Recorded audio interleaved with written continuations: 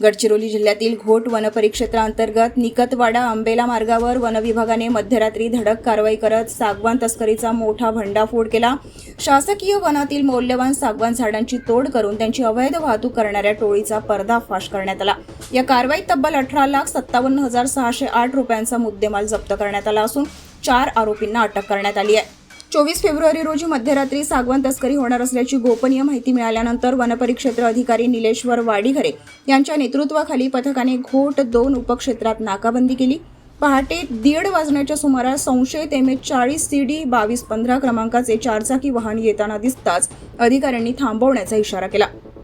मात्र वाहनातील 15 ते 20 जण अंधाराचा फायदा घेत पळून गेले। वनपथकाने पाठलाग करून शुभम सुनील मशीद, कुणाल राजकिशोर सूर्यवंशी, अल्ताफ खान खहरखान आणि रामनारायण रामेश्वर प्रसाद भांगरे या 4 आरोपींना जेरबंद केले। वाहनाची तपासणी केली असता तणस भरलेल्या चुंगळ्यांखाली लपवलेले सागवान प्रजातीचे 21 नग लाकूड आढळले, ज्याची किंमत 5,27,608 रुपये आहे। याशिवाय एक 4 चाकी वाहन, ताडपत्री, एक दुचाकी व 4 मोबाईल असा एकूण 18,57 लाखांचा मुद्देमाल जप्त करण्यात आला। ही कारवाई आलापल्ली वनविभागाच्या उपवन संरक्षक दीपाली तलमले व प्रकाष्ठ निकासन अधिकारी मोहम्मद आझाद यांच्या मार्गदर्शनाखाली पार पडली। आरोपींना चामोर्शी न्यायालयात हजर करण्यात आले असून फरार आरोपींचा शोध सुरू आहे। लोकराज्य टीव्ही न्यूज के चॅनल करिता आनंद हगावकर, जिल्हा प्रतिनिधी, गडचिरोली। दिनांक 25/2/2026 रोजी मिळालेल्या गुप्त माहितीच्या आधारे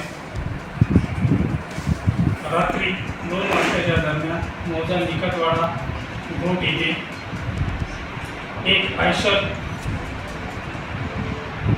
वाहन अडवून त्याची तपासणी केली असता त्यामध्ये सागवान लाकडाची तस्करी होत असल्याचे निदर्शनास आले। त्यानुसार मुख्यावरून 4 आरोपीस अटक करण्यात आलेली आहे व इतर आरोपी अंधाराचा फायदा घेऊन फरार झाले। सदर कारवाईत एकूण 4 आरोपी ताब्यात असून त्यामध्ये 21 नग 4.482 घनमीटर सागवान माल जप्त करण्यात आला असून त्यासोबतच एक आयशर ट्रक, एक मोटरसायकल असा एकूण जवळपास 18 लाखाचा मुद्देमाल जप्त करण्यात आलेला असून आरोपीस प्रथम श्रेणी न्यायालय येथे हजर केले असतात। आरोपीची दिनांक 27 तारखेपर्यंत वनकोठडी मंजूर करण्यात आली। तसेच सदर गुन्ह्याचा तपास सुरू असून